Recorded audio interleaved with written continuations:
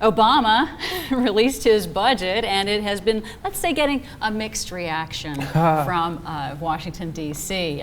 Right now, John Boehner, House Speaker, Republican House Speaker John Boehner, said that President Obama deserves some credit for what he called incremental entitlement reforms. While the president has backtracked on some of his entitlement reforms that were in conversations that we had a year and a half ago, he does deserve some credit for some incremental entitlement reforms they has outlined in his budget.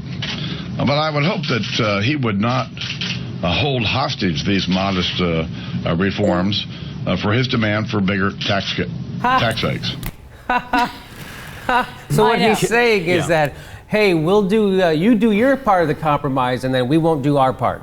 Right. I hope you just do that part where you cut the entitlements and Medicare, and so just do that, and then we won't raise taxes. I hope that's how it's going to go. That's what he's saying, right? That's essentially what he's saying. Yeah.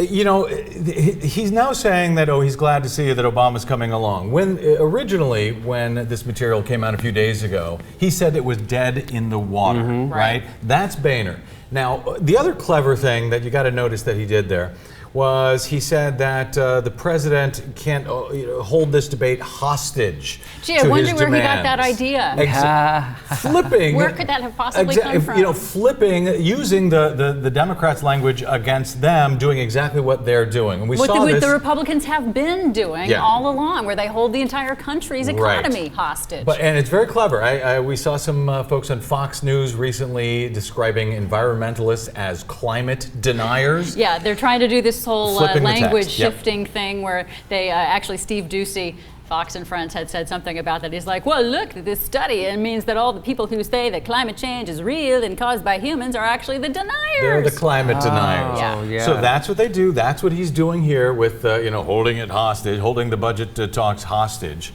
Can I just take aim at the? Of course, John Boehner is full of shit as usual. Yeah. But can I just throw a dart at President Barack Obama? Yes, please. Oh, yes. It's nice to see he couldn't, he's been itching to cut Social Security and Medicare since 2006.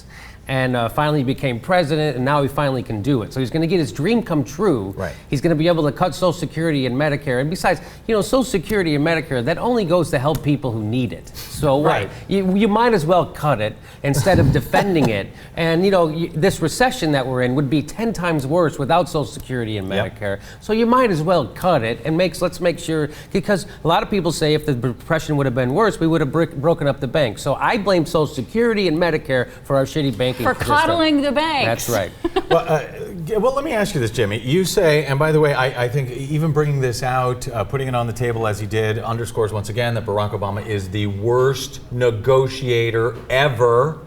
Well, a disaster. That said, you're arguing that he's been itching to cut Social Security since 2006. What makes you say that? What makes you think he's actually trying to, that he wants to cut it versus doing some bizarre kabuki theater? He keeps proposing it. I don't know who. Because he keeps proposing it. Yeah. He said in 2006 that we have to rein in our entitlement, we have to have reforms, meaning whenever they say reform, they mean cut it. So he was for it then, before he was president.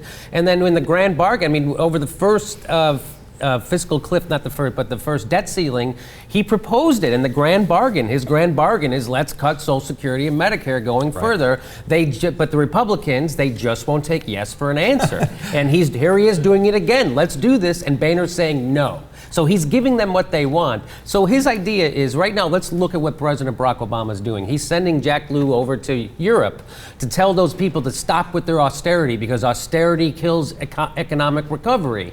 At the same time, back here, he's saying, hey, let's do a little austerity. Austerity is not so bad. He's trying to have his cake and eat it too. He's like, hey, we can stimulate the economy and we can screw over the economy. At the same time, we can have austerity and stimulus. We can have everything for everybody, which is bullshit, which we can't. And it took a Republican to go to China, and it's going to take a Democrat to cut Social Security and Medicare, and he's going to get it done, this president.